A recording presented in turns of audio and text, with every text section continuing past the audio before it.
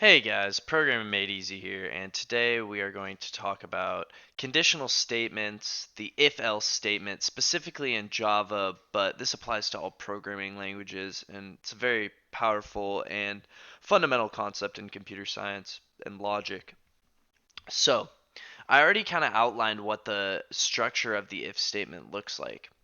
So it's if, and then you have to have some Boolean expression inside of these parentheses, right? And if you remember from our data types video that a Boolean is just true or false, right? So you have some expression that evaluates to true or false.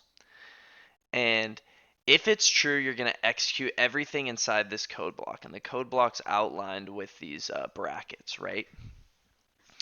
And you might have already been intuitively thinking because of the else, right? The if else, how there's that else statement attached, that the else would handle the false part of the Boolean expression, right? And that's exactly what it does. So if Boolean expression is not true, do this code block.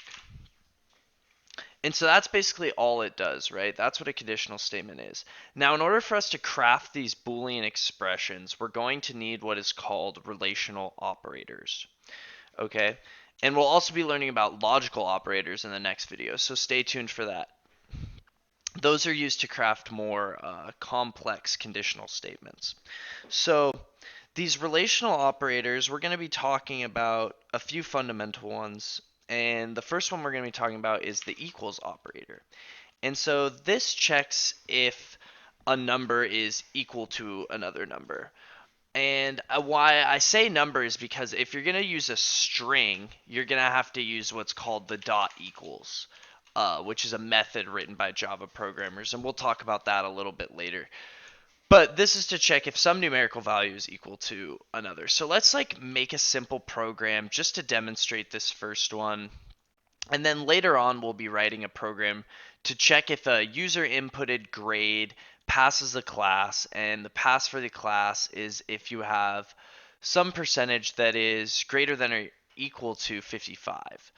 Okay, so first let's maybe write a program that checks if a user got a perfect score on an exam.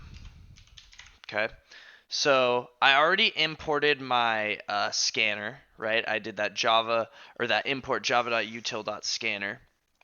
So first thing I'm going to do is I'm going to create a scanner object, right, called user input, and I'm going to make it equal to the system.in.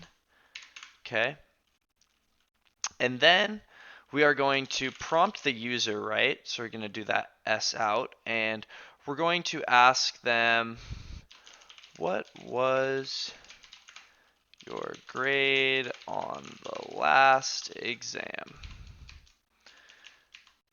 And then we're going to create some variable called exam grade, and it's going to equal the user input. And because our data type is a double, it's going to equal the next double. We're going to ensure that. And then we're going to check, we're going to write one of those conditional statements. So we're going to say if, oops, and then we'll craft the block. And so our Boolean expression goes in here, right?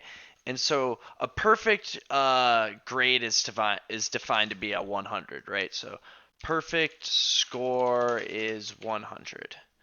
So we have that predefined. So we're going to say if this exam grade, right, if the user inputted variable is equal to 100, then you got a perfect score, right? So we're going to output that to a screen that they got a perfect score. Otherwise, we're going to say, sorry, but you did not get a perfect score, comma. You got a, and then we're going to do what's called a string concatenation. And a concatenation is basically just joining two values together into one value. And so we're going to display their exam grade that they got. That's what this does. It's going to put the exam grade right at that position. Okay, so let's run this and see what happens, right? So what was your grade on the last exam? Let's say I got a 92, right? Sorry, but you did not get a perfect score. You got a 92. That's what we expected to happen, right? Because it was a false condition, right? This did not evaluate to true, so we went into this block and evaluated this and put the user inputted uh, exam grade right there. So let's see what happens if you get 100. You got a perfect score. So exactly what we thought was going to happen, guys. So that's the example of us just checking if the user, if the relational operator equals and a simple conditional statement. So let's erase this, keep our scanner, and then talk about some more relational operators. So the next relational operator we're going to be talking about is the greater than operator and the less than operator. And basically the way those work is the same way that they work in mathematics. You'll be checking if, in our case, we're going to be checking if a grade is greater than the score to pass the class, right? Or if it, then in other cases, you can be checking if it's less than something. And then we're also going to have, if you noticed, we have this equals in our condition, right? It's equal to 55%. So we need some way to be inclusive of this last value, right? Because if you say find something that's greater than 20, right? The first number that's going to be accepted is 21. But if you say find something that's greater than or equal to 20, the first number that's going to be accepted is 20, then 21. So we need to find some way to be inclusive. So that's how we use the greater than or equal to operator and the less than or equal to operator. And then the last way we're going to be able to check is the not equals. So the not equals is basically the same as equals, but it just is the false condition, right? So if it does not equal that. So 1 does not equal 2, that would be true, right? And that would always be true. Okay, so now that we've discussed these relational operators, we're going to finish our program, right? So we're going to check if the user inputted grade passes the class. We know that the pass for the class is a 55%. So this is basically going to be similar to what we just did. So we're going to prompt the user. So we're going to say, what was your grade in CS 101? And then we're going to say the user grade is equal to the user input. And it's going to be a double. So we do that dot next double. And then we're going to craft our condition, right? And make our code block. And we're going to say, if the user grade is greater than or equal to, right? Because we have to be inclusive, because if you get a 55%, you still pass the class. It's greater than or equal to 55, right? Then you're going to say you passed the class. Otherwise, you're going to say, sorry, but you failed the class. Okay, so let's compile our program here.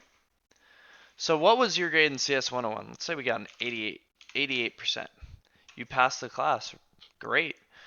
Let's say my friend over here got a 76% and he passed the class, right? Because it's greater than 55. Okay. Well, someone was not so lucky and got a 44%. Oops, he's accidentally pressed a slash, and actually this brings up another great point. Because I did this next double and I was trying to ensure the compiler that it was going to be a double, because I put that slash and hit enter, we got an error in the code, right? Because it was expecting a double and got a string, actually, because it is a sequence of characters, right? So if we rerun this and we say 44, sorry, but you failed the class. Alright guys, so I hope this was a simple enough example of conditional statements in Java, and in the next video we'll be crafting a more complex program about the weather, and we will be talking about logical operators and chaining if statements together called else if statements. Okay, thank you. Subscribe for more. like, leave a comment on the video to help me improve this channel.